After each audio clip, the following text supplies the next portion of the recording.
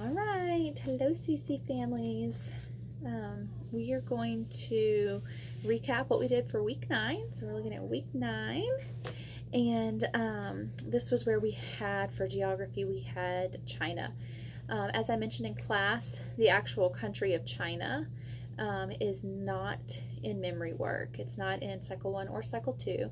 So if you want to just emphasize with your children at home that that's China, that way they're not the kid who knows where the Yellow Sea and the Yellow River and the Yangtze River are without knowing where China is.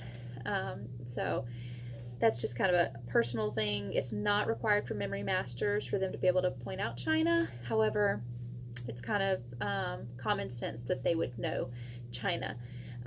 For geography, we talked about how Mongolia kind of looks like the goal on a soccer field. Sorry about the glare. There we go. Like if China is the soccer field, Mongolia looks like the goal, and whenever you make a goal in soccer, they go, goal! So we go, Mongolia! And then for the other ones, we just pointed them out and traced them on the map. But at home, we started saying, for Beijing, we started saying Beijing as they pointed to it. And that kind of helped my kids to remember Beijing, just kind of like a dot on the map. Sorry, we're out of focus. We're going to work on that. Okay. Then we did Latin, and we used this document, which helps with the pronunciation of each word. And it can be found on CC Connected at JESSIFRAKER, Jessifracker. And this has been really helpful for us. So we introduced the sounds for each section, or each noun case, so nominative, subject, and we introduced each sound, and we allowed the kids to kind of break up into tables, and each table said it, and we did it with the song. The songs are very helpful with Latin. All right, timeline, starting with Byzantine Emperor Justinian. So we did Byzantine, made an E in the sash, Emperor Justinian, so that's J. And then it was Benedict and monasticism, so we made a B and then put a hood on. So Benedict and monasticism, like a monk hood. Mohammed founds Islam, made an M, and then praying knees. So we used our hands like they're praying knees. Mohammed founds Islam. Zanj in early Ghana in Africa, we just took our hands like this and did like this for trading, because that was about trading.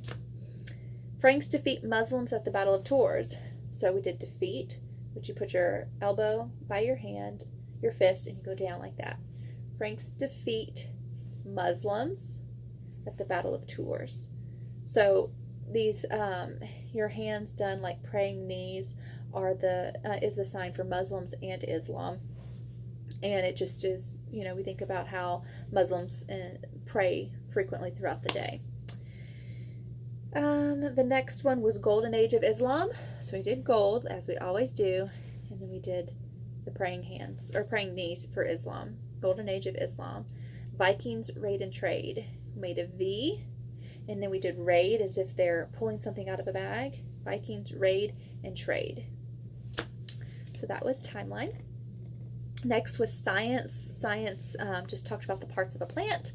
We drew a little plant on the wall, on the whiteboard, and a very simple plant, and then each kid pointed out leaves, stems, and roots, and we went over that several times.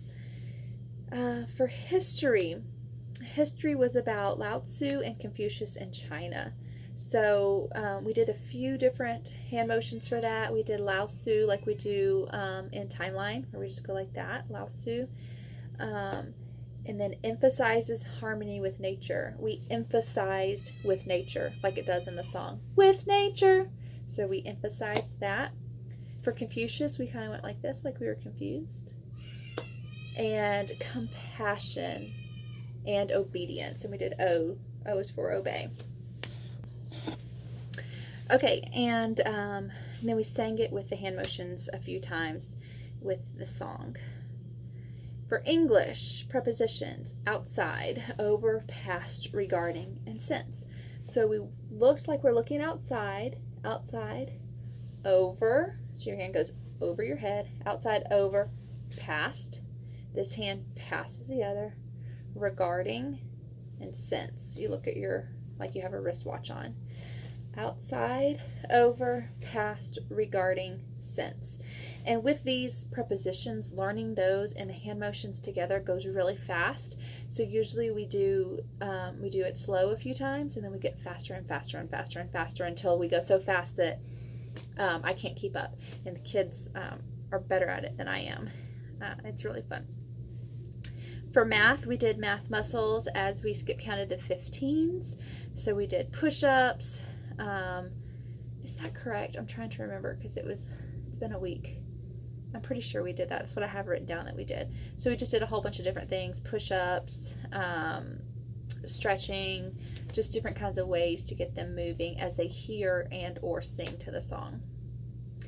And then for hands-on science, we got to identify the different parts of a crawfish or a crayfish, and they got to poke at them, move the crawfish around, and just overall had fun with that.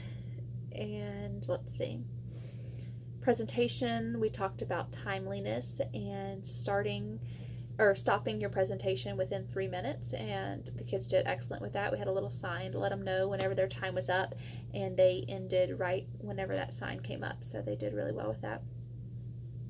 Tin whistle, we're starting to work on the cycle song, which is Twinkle Twinkle Little Star. So we learned about how many beats a whole note, half note, quarter note, and eighth note get. And so a whole note gets 4 beats, a half note gets 2 beats, a quarter note gets 1 beat, and an eighth note gets half a beat. And so we did that, and then we worked on a few measures of Twinkle Twinkle Little Star. And then for review, we did a Nerf gun where I just drew a bullseye on the wall, and they shot the Nerf gun, and according to where they landed on the bullseye is how many points they got on their team, and it was competing against each other.